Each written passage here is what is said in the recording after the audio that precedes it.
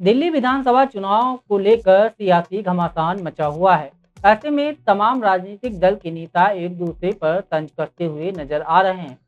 इसी बीच चुनाव के मद्देनजर बीजेपी ने शनिवार को अपने संकल्प पत्र का तीसरा भाग जारी किया। इसमें पार्टी ने रोजगार देने के समेत कई वादे किए। वहीं आम आदमी पार्टी के वरिष्ठ नेता व पूर्व डिप्टी सीएम मनीष सिसोदिया ने प्रेस वार्ता की है।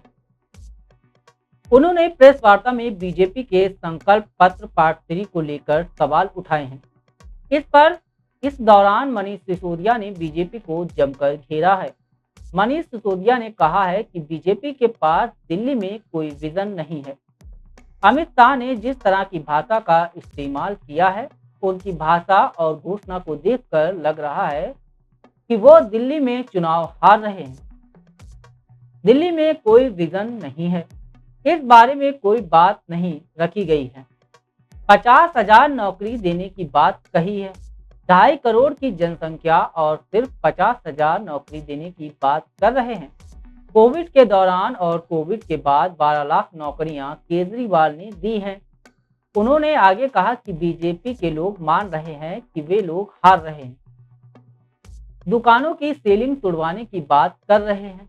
पिछले कई सालों से जो सीलिंग के कारण दुकानें बंद रही, उसकी जिम्मेदारी किसकी है? और जब आपने इसका विरोध किया, तब बीजेपी के लोग हमारा विरोध कर रहे थे। जब सीलिंग हटवानी थी तो बीजेपी ने सीलिंग बनवाई क्यों? दिल्ली के व्यापारियों को गैंगस्टर की धमकी मिल रही है, गोलियां चल रही हैं। दिल्ली का व्यापारी दहशत में जी रहा है। सिक्योरिटी दो, जुमले मत दो। मनीष सिसोदिया ने आगे कहा कि आज गृह मंत्री अमित शाह ने बीजेपी का एक और जुमला पत्र जारी किया। फिर आपने वादा किया कि सीलिंग खुलवाएंगे। दुकानों की सीलिंग पिछले 20 साल से करा कौन रहा है?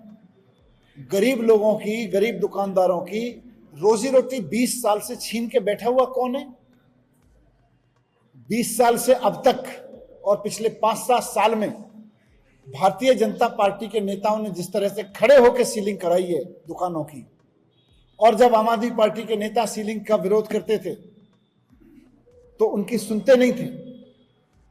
और पिछले दिनों में आम आदमी पार्टी की नगर निगम में जब से सरकार आई, सीलिंग खुलवाने जब गए आम आदमी पार्टी के लोग, तो भारतीय जनता पार्टी के नेताओं ने खड़े होकर सीलिंग, दुकानों की सीलिंग नहीं खुलने दी, उसका विरोध किया है। मैं जिस जंगपुरा से विधानसभा से चुनाव लड़ रहा हूं, वहां पे लाजपत नगर में सीलिंग कराने का काम भारतीय जनता पार्टी कर रही थी। आम आदमी पार्टी के नेताओं के विरोध की वजह से सीलिंग हटवाई गई, वहां से सीलिंग नहीं होने दी गई लाजपत नगर में। और आप कह रहे हो चुनावी घोषणा पत्र में कि हम सीलिंग हटवाएंगे। 20-20 साल पहले से इतनी सीलिंग कराई क्यों थी? क्यों आपके नेताओं ने खड़े हो के दुकानों से वसूली करने के चक्कर में सीलिंग कराई थी? आज दिल्ली का व्यापारी आपसे सिक्योरिटी चाह रहा है।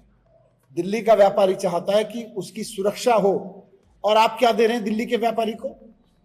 उसके नाम पे गैंगस्टर्स की धमकी, उसकी दुकान के सामने गैंगस्टर्स आके फायरिंग कर रहे हैं, गोलियां चला रहे हैं, किडनैपिंग की धमकी, मर्डर की धमकी।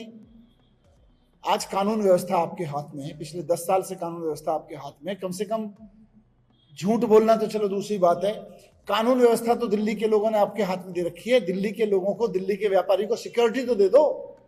दिल्ली का व्यापारी दहशत में जी रहा है गैंगस्टर्स के। पता नहीं कब किसी गैंगस्टर को पता चल जाए कि इसका धंधा अच्छा चल रहा है, उसी को गैंगस्टर की धमकी आ जाएगी। तो सिक्योरिटी दो।